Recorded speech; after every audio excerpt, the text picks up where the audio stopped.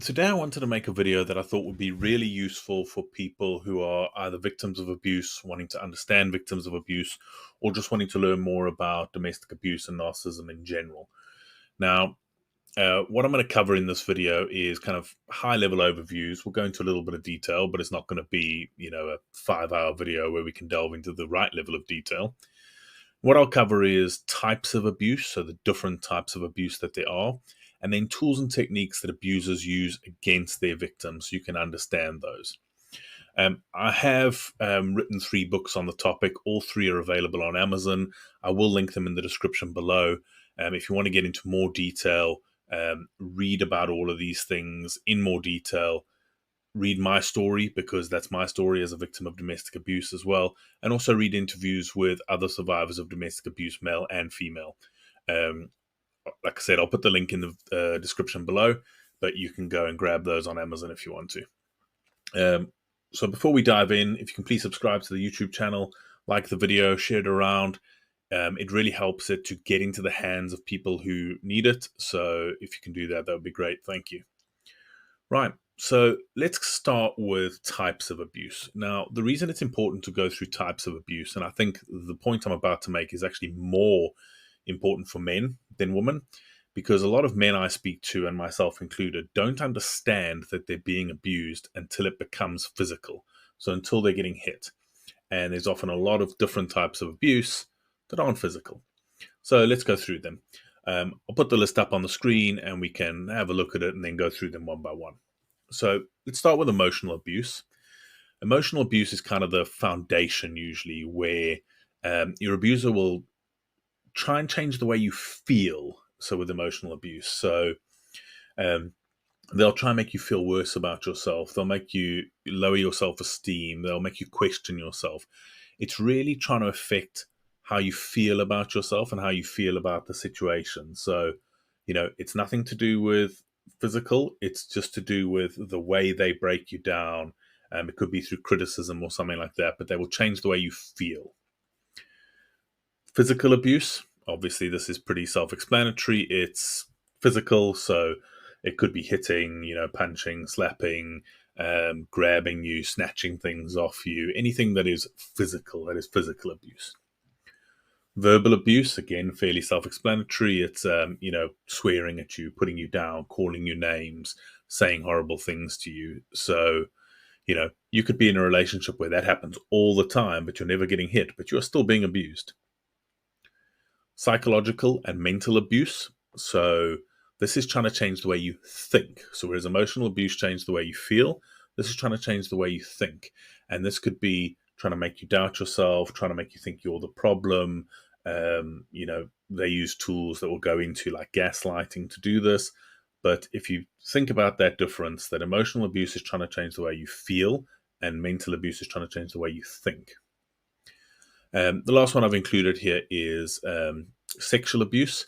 And again, a lot of people think that this means, that you're being assaulted or molested, but it's not necessarily the case as well. It could be other things like they say things to you about sex or sexually, or, talk about things or threaten you with things like that. So just anything around sex used that way is sexual abuse. So that's a very high level overview of kind of some of the types of abuse, just to let you see that it's a bit more complex than just getting hit. So the main part I want to go into now is the tools and techniques that abusers use against you. And we're going to go into quite a lot here. And again, I'll put the list up and we can look at it as we go through it. But these are things they actually do. So I'll go through some of the top ones. There's obviously a lot more. And like I said, I go into these a lot more detail in my books, but you can find lots of stuff online about these as well. But let's go through a few of them. So love bombing. So what love bombing is at the beginning of the relationship, they really bomb you. They over the top presence, attention. When they meet your friends and family, they're really over the top, trying to win their affection. And this is so that they gain your trust faster. And you might find that in abusive relationships, you end up like moving in sooner, you get engaged sooner, you get pregnant sooner, things like that. But it's really just this like full on assault, bombing of love to get you hooked sooner. And then you'll see that'll soon fade away as other tools start coming into effect. Fear. Fear is an obvious one. The word I like to associate with this is if. So if you don't do this, I'm going to do this to you, or if you do this, I'm going to do this to you. So it's really you're scared, and it could be fear of being hit, physical abuse, but also fear of something happening, like not being able to see your children, or fear of having people told things about you, but it's just the fear and those threats kind of keep you in line, basically. Triangulation. Now, this is a complex tool of the abuser or narcissist, and it's basically where they introduce a third party into the relationship in some way, and it could be like an evil ex. So they could be telling you like, "Oh, my ex was so terrible. He or she did all these things to me, and they're so awful." And they do that to get your sympathy, because you then have a common enemy, and you'll think like, oh, it's terrible. And then also they can actually use that. If you see things that you don't like and they do something you don't like, they can pass it off as, oh, I'm sorry, my ex always made me do that, or it's because of trauma from my ex because they're so terrible.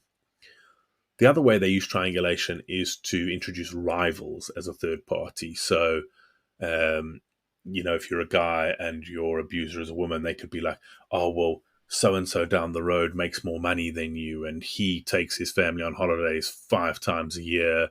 He's better than you. And they use that rival to triangulate against, to try and drive you to do more for them.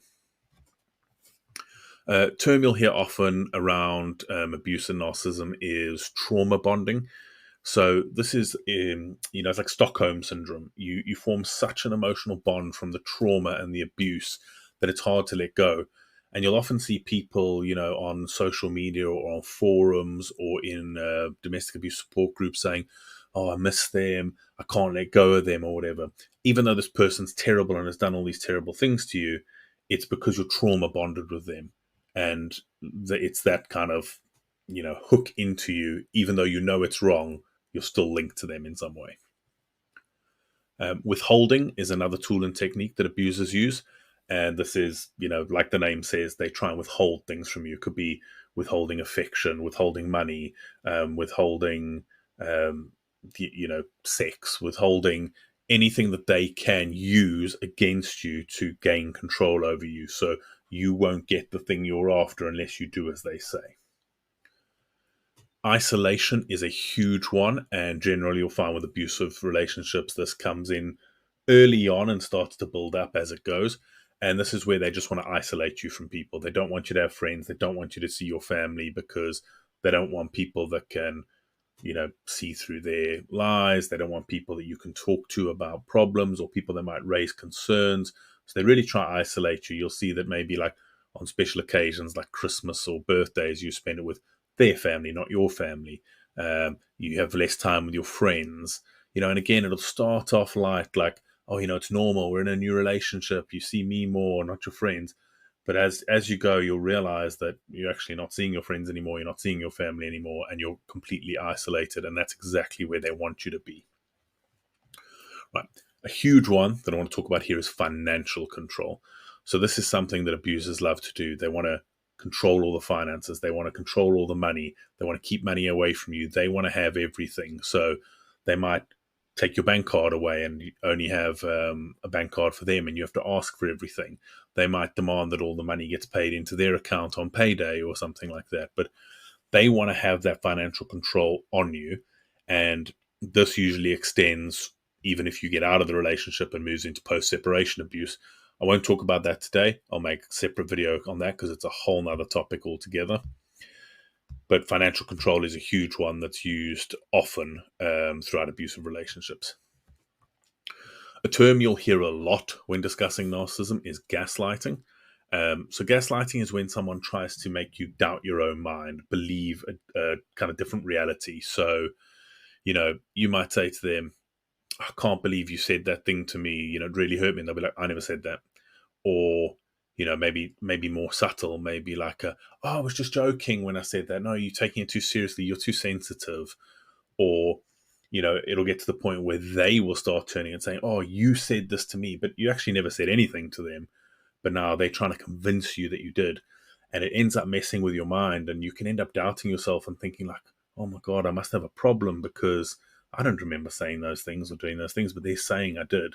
And, a narcissist is very like insistent, and they can really try to drive that point home. So gaslighting is a huge tool that they use. Blame shifting. Something you'll learn, a narcissist is never wrong, ever.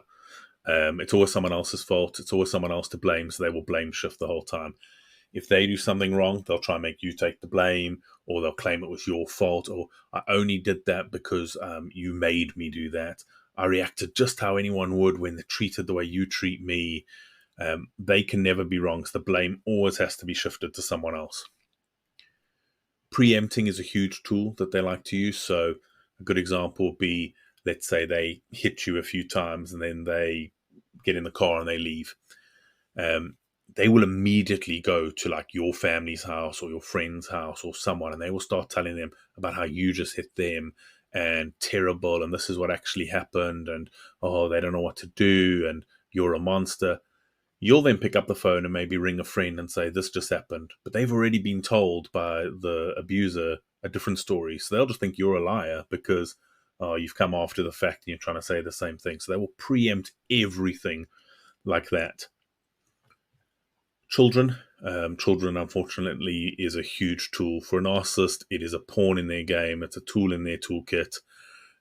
They care about themselves. They don't care about the children. So they will use children against you. If you've got a child with a narcissist, they will use that to the best available thing. Like, oh, if you don't do as I say, you're never going to see your children again. Or if you speak up about what I'm doing to you, your children get taken away and they won't have any parents. So really manipulative with the children. The final tool and technique I want to discuss is something that I call the sledgehammer. I've called it that because obviously it fits into a toolkit. It's a tool, but it's a big, big, massive thing. It's not like a, cunningly aimed tool like gaslighting or triangulation. This is just a big, absolute wallop with something hard, but they know exactly where to hit you with the sledgehammer. So it could be, an example might be that early on in your relationship, when you were opening up to them, you told them about something terrible that happened in your life, like maybe you were really badly bullied at school or something like that. They will then use that, but they'll use it and they say the most horrible, hurtful thing about it. Like I've heard people say to me, like, one of their parents has cancer and their abuser will say to them, like, I hope your mother dies of cancer or something like that. Really horrendous, really horrific things that they use. And they know exactly when to use them and they know exactly what to say to really like absolutely crush you. And because they have all this other control over you through all of these other tools, they know that they can do it and you're not going to be able to leave. So they know exactly when they can bring these tools out. So that's a very high level overview of kind of the types of abuse, tools and techniques. I would highly recommend reading books on the subject, watching more YouTube videos about each of these individual ones. I have made a series on my YouTube channel about a lot of these individual tools and techniques where it goes into more detail. But as a high level, I hope that gives you a good understanding of the types of abuse and the tools and techniques. You can use this to start researching more, but understand that these things are textbook. Anyone you talk to who's been in an abusive relationship, they can tell you, yes, all of these things happen, and yes, all of these types of abuse happened. It's not isolated to you. It's nothing personal against you. You should never blame yourself. Abusers and narcissists just all seem to know the same thing. They all seem to have the same tools. This is what they do. So learn more about it. I've written more in my books about how they were used against me, and there's examples of how they were used against other men and women, but also with exercises you can do to try and move on from these things, and also tips to get out of a relationship if this is happening to you. Like I said, all links that I've mentioned will be in the description of the video, so you can go get those. But I just hope this has been helpful for some people. Please subscribe to the channel. I'll put out more content like this, and just look after yourself and stay safe.